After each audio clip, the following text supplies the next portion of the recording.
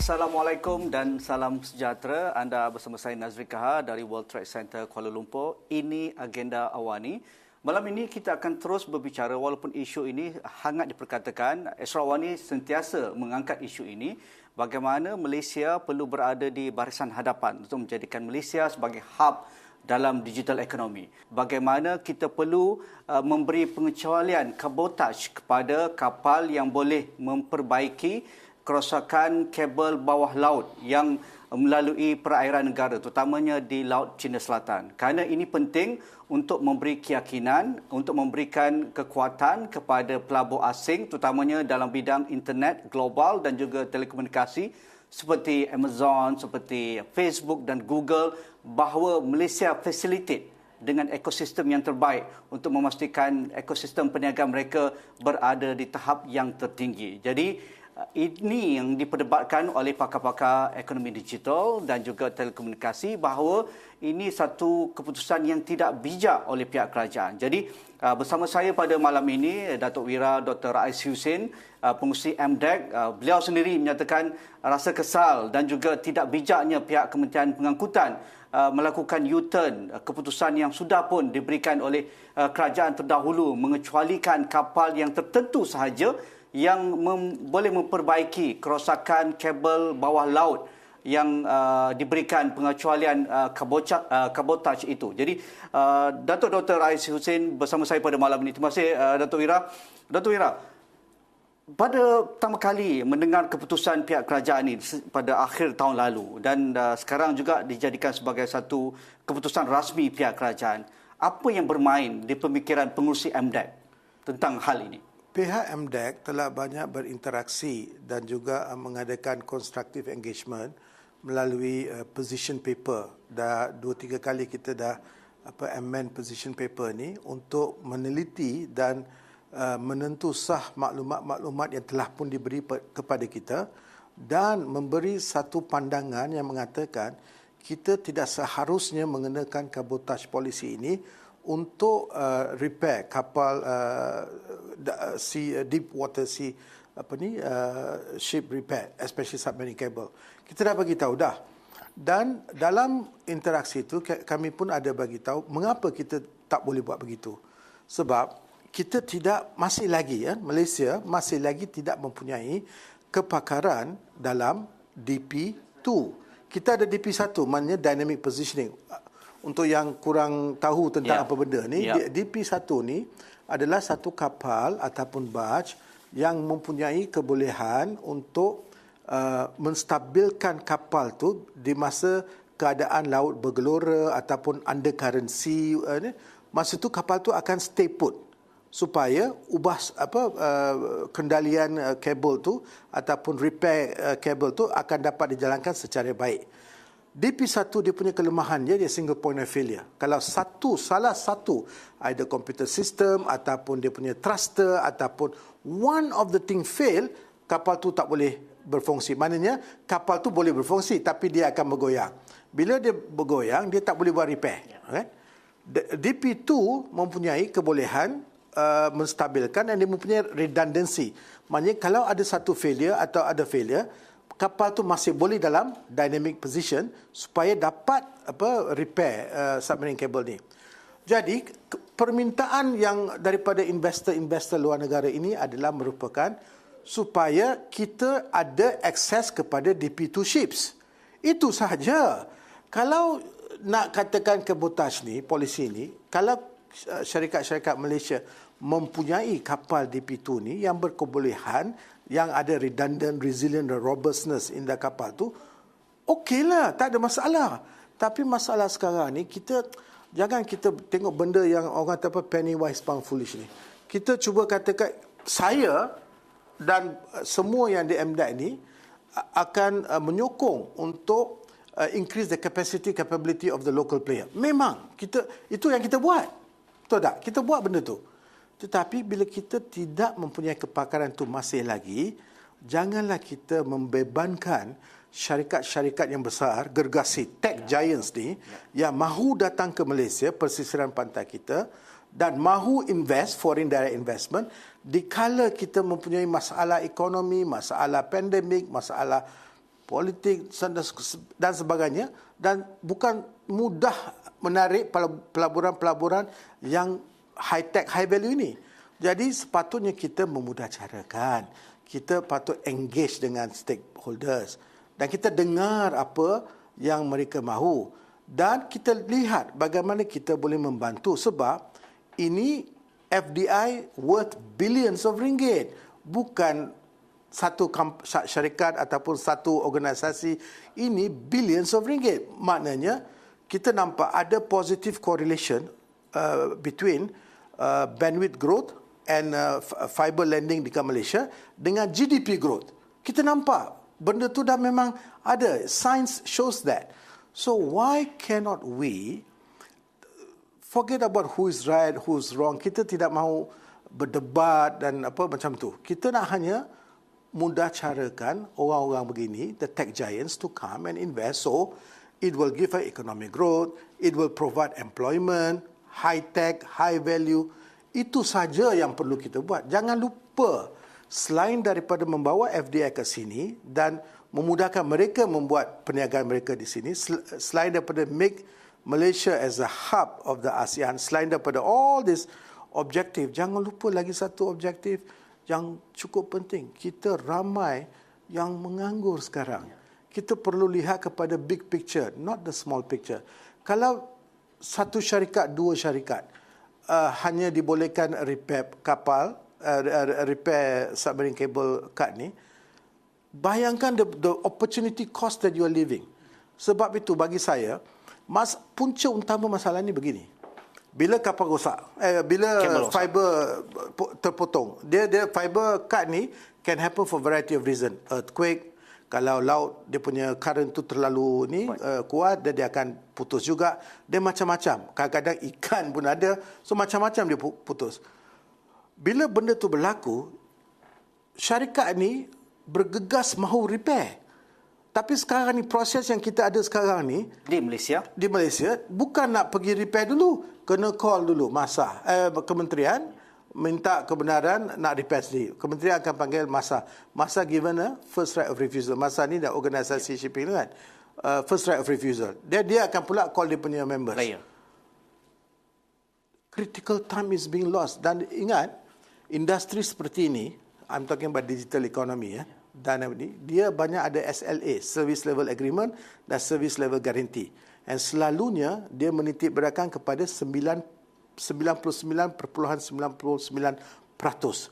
Kalau kita translate untuk tahunan, lebih kurang 53 jam saja outages yang mereka ni tak perlu bayar kepada customer.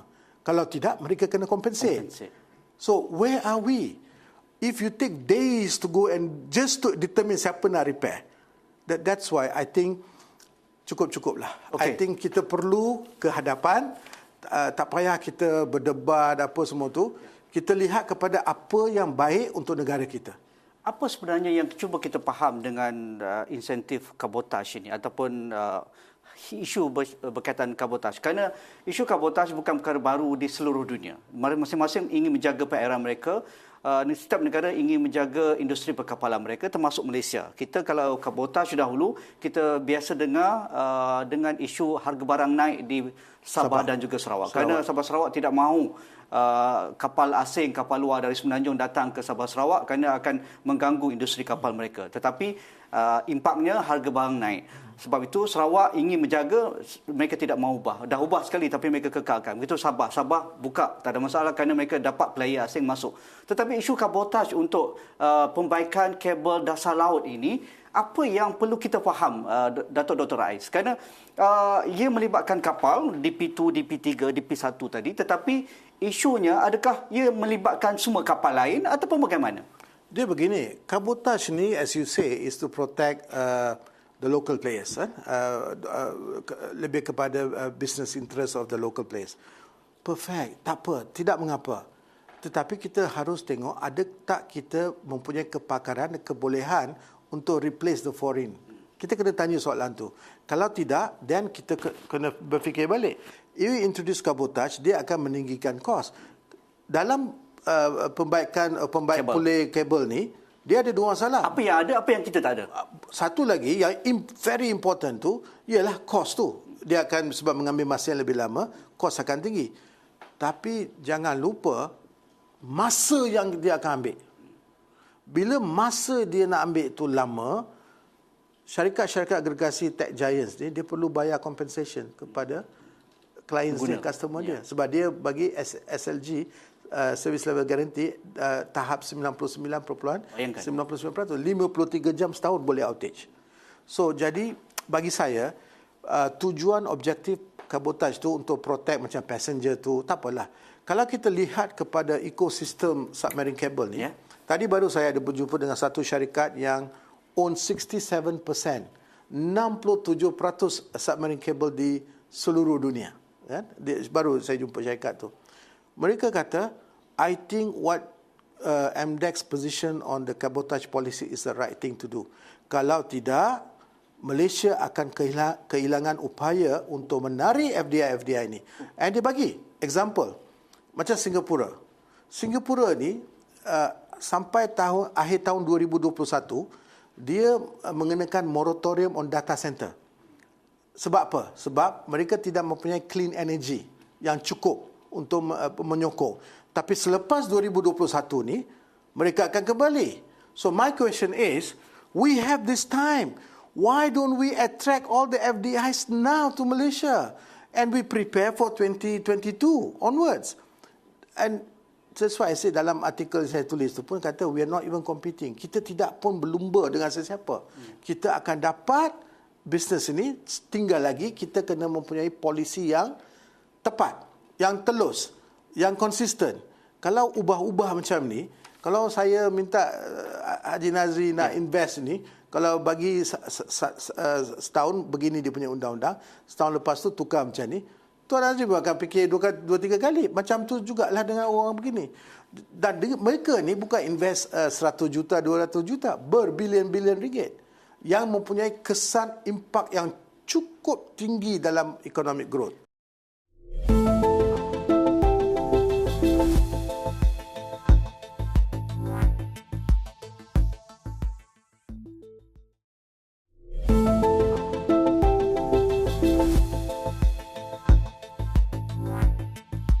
Adakah mereka yang membuat keputusan besar sebegini memahami apa yang mereka lakukan dan mereka mengambil kira pandangan-pandangan players, stakeholders dalam industri digital dan juga telekomunikasi, terutama seperti SKMM, MDEC, MIDA, MITI dan sebagainya? Adakah mereka membawa pandangan-pandangan sebegini? Dato' Rais sudah angkat pada awal tadi.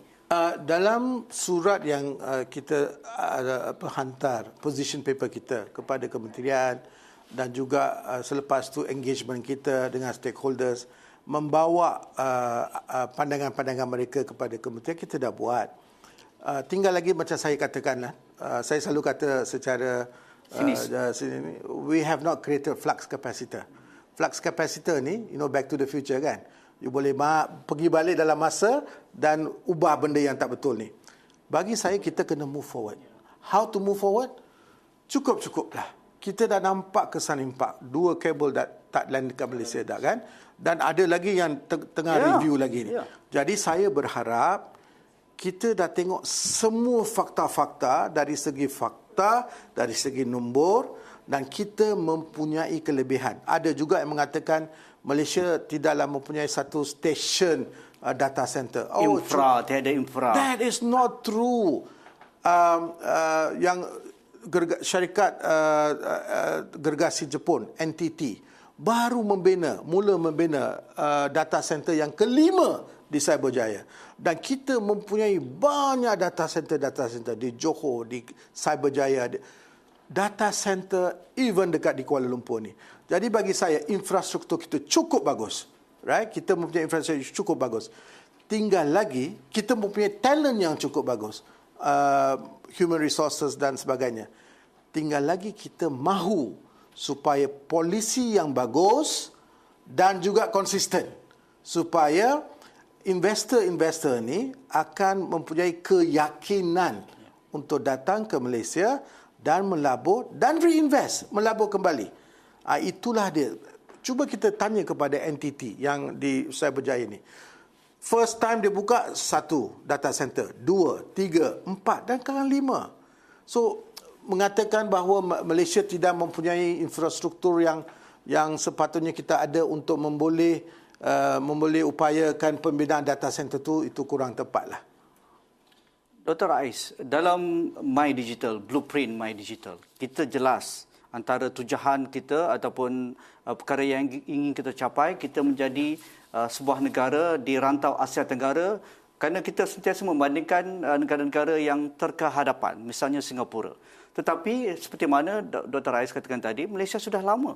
Syarikat-syarikat global, gergasi telekomunikasi dan digital ini sudah lama bertapak di Malaysia. Tetapi seolah-olah kita ada satu ketepuan, ada stagnancy dalam membuat polisi dan ekosistem yang baik untuk mereka datang, menambah pelaburan, expand the business, reach out more business yang lebih baru, yang lebih bersifat artificial intelligence dan sebagainya, menggunakan IoT dan sebagainya. Tetapi apabila polisi-polisi yang pada saya ini yang asas, kalau kita tidak rangkumkan dalam konteks My Digital kita, tak payahlah nak cerita pasal nak jadi pusat data dan sebagainya, Dr. Ais. Betul. Sebab itu polisi-polisi itu have to be relevant dengan times.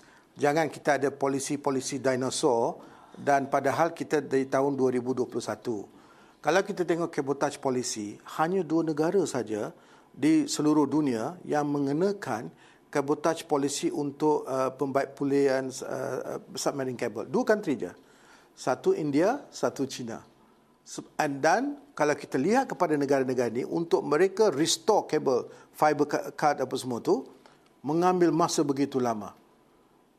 Syarikat-syarikat seperti ini, gergasi yang tech giants yang datang ni, mereka tidak boleh mempunyai leisure untuk mengambil masa yang lama. Tak boleh.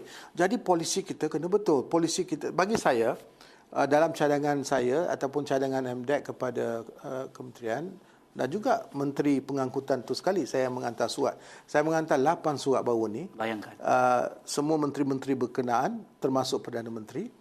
Dan dalam surat tu saya minta, saya syorkan, saya cadangkan bahawa immediately on the short term remove the cabotage policy for the fiber card restoration. Keduanya, kita introduce a legislative to amend that the document, the act, to make sure submarine cable repair work is not included in the cabotage policy. Why? This will give a confidence. Sekarang ni kita kena bina semula confidence kepada investor. Sekejap macam tu, sekejap macam ni, tak boleh kan? Dan kalau rasional dia betul, yakni kalau mereka ni nakkan cabotage tu supaya memboleh upayakan industri tempatan dan kita mempunyai kepakaran tu, itu cerita lain. Tapi sekarang ni kita tak ada. Satu. Nombor 2, you will be surprised to hear this. Ada satu company, ASEAN Cable Limited, bila dia buat fiber network ni semua ni, dia tak boleh bina satu company saja, satu negara saja. Dia kena multiple. Jadi bila dia buat multiple ownership of the fiber, dia juga ada multiple ownership of the company that repair ship. Repair ship tu. Kapal yang boleh membaik pulih fiber ni. Salah satu company tu namanya ASEAN Cable Limited. Telekom Malaysia, syarikat Malaysia own 16.1% equity dalam tu. Tak pernah dengar benda ni. Tetapi dalam dokumen tu ada saya tulis dalam tu. Bila kita kata, oleh kerana that ASEAN Cable tu dia punya flag, bendera dia bukan Malaysia, dia tak boleh repair under cabotage policy. Padahal mereka boleh. Dan kalau kita katakan protecting domestic ini, Telekom Malaysia is our company. Nombor 1. Nombor 2, kita bukan saja menerima tentangan untuk cabotage policy, untuk submarine cable repair ni daripada gergasi-gergasi tech giant daripada luar negara. Malah dalam negara, Telekom Malaysia pun tak nak, Time Telecom pun tak nak, Maxis pun tak nak. Sebab untuk mereka, yang pentingnya, bila fiber cut terjadi, insiden terjadi, kita kena bergegas ke tempat kejadian untuk repair. Bukan bergegas ke kementerian atau masa birokrasi. Ataupun birokrasi. Tak. Sebab birokrasi dia akan mengambil masa. Dan masa dia mengambil masa, kalau kita identify kapal yang terdekat, satu kapal kena bayar RM17,000 penungguan. This is absolutely ridiculous. That's why saya mintalah ini untuk kelebihan Malaysia. Tidak ada siapa yang menang dalam ni. Kalau kita masih duck and dive in this issue, kita perlu mengambil satu ketetapan bahawa in the greater interest of nation, in the greatest interest of economy. Remember, we have troika of challenges: economy, pandemic, and to a certain extent politics. We need to have FDIs. We need to enable FDI. Saya minta sangatlah supaya semua, yang bagusnya kalau kita lihat kepada Kementerian Komunikasi Multimedia, kementerian di mana MDEC dinaungi, MOSTI, MDEC dan tech players, giant tech players walaupun dalam negara ataupun luar negara, semua berpihak sebelah sini. Dan sebelah sana hanya seorang dua orang aja. Dan kita mengatakan ini adalah pelaburan yang value dia berbilion-bilion ringgit. Apa maknanya? Berbilion-bilion ringgit versus one or two. Come on. It doesn't make sense. Dr. Rais Husin, ini berkaitan dengan interest negara, melibatkan ekosistem negara akan terjejas dengan mungkin salah pandangan pelabur-pelabur yang bersifat gergasi ini. Dr. Rais sebahagian daripada pengerusi dalam sebuah organisasi penting untuk mempromosikan digital ekonomi. Sebahagian daripada kerajaan yang ada sekarang. Adakah wajar Dr. Rais bawa perkara ini ke peringkat yang tertinggi kepada Perdana Menteri? Saya telah pun membawa perkara ini kepada Yang Amat Berhormat Perdana Menteri, dan bagi saya Yang Amat Berhormat Perdana Menteri ini very peka terhadap apa yang akan membawa impak yang besar kepada negara, dan perkara ini penting.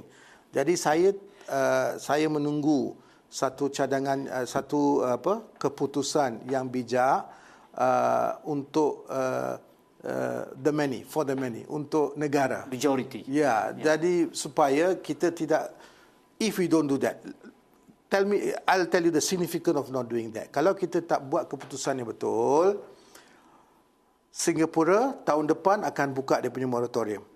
All the data centers will go there. Indonesia is opening up dengan dia punya polisi-polisi yang cukup pro-business.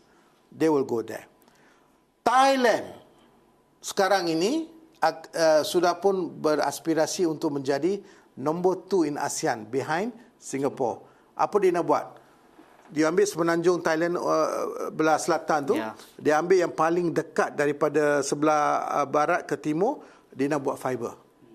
Bypassing Straits of Malacca. Dan kalau kita tunggu, syarikat-syarikat ni mungkin akan pergi ke sana. Jadi kita janganlah hilang semua this opportunity, sebab tu keputusan itu penting. Mungkin ada ramai yang tanya saya pun, you are in MDEC and you are talking about this openly, publicly, and supaya something will happen. I've done it privately. Now I'm doing publicly supaya mendapat traction yang sewajarnya. Bagi saya, pentingnya adalah untuk kita buat keputusan yang baik, yang tepat untuk negara.